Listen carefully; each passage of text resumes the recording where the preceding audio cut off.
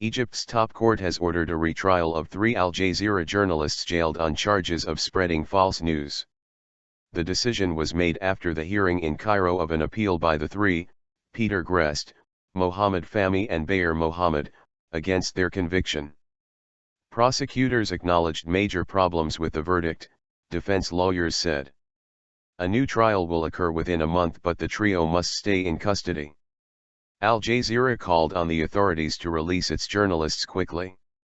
The journalists deny the charges, which included collaborating with the banned Muslim Brotherhood after the overthrow of President Mohammed Morsi by the military in 2013. They say they were simply reporting the news. 2 of them are foreign nationals.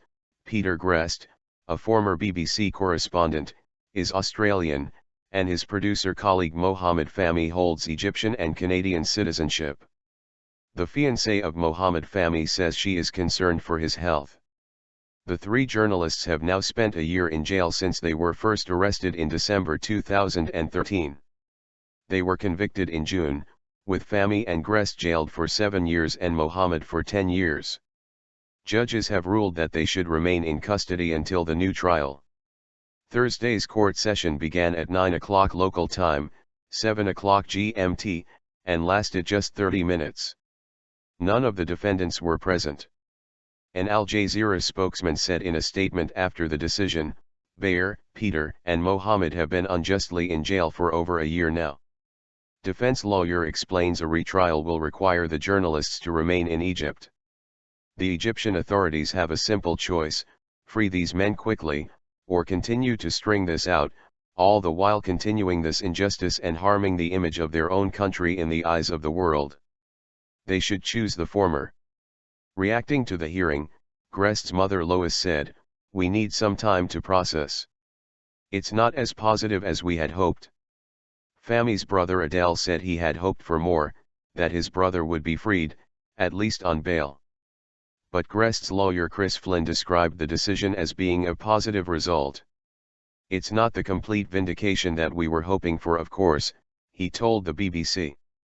It does, however, recognize that the original trial processes contain some flaws, and we think overall provides an opportunity for the president to consider perhaps some other measures such as deportation without any further judicial action in Egypt. We trust and hope that that will be the approach that's taken. The BBC's Orla Guerin in Cairo says that the case has been hugely damaging for Egypt, and there have been indications that the authorities want to bring it to a close. A recent thaw in relations between Egypt and Qatar, which owns the Al Jazeera channel, heightened expectations that the case would be resolved, our correspondent says. But today's verdict means the journalists will remain behind bars at least until the first hearing of their new trial, which is expected to take place within a month. Lawyers say they will then apply for bail. In December, Al Jazeera decided to suspend its Egyptian channel, Mubashir Misr, Live Egypt, whose coverage had become a major source of tension between the two countries. Analysts speculated that the channel's suspension might ease the way for Egypt to free the 2 foreign journalists in line with a recently approved law that allows foreign citizens to be deported rather than jailed. President Sisi has said in the past he wished the journalists had been deported rather than being put on trial.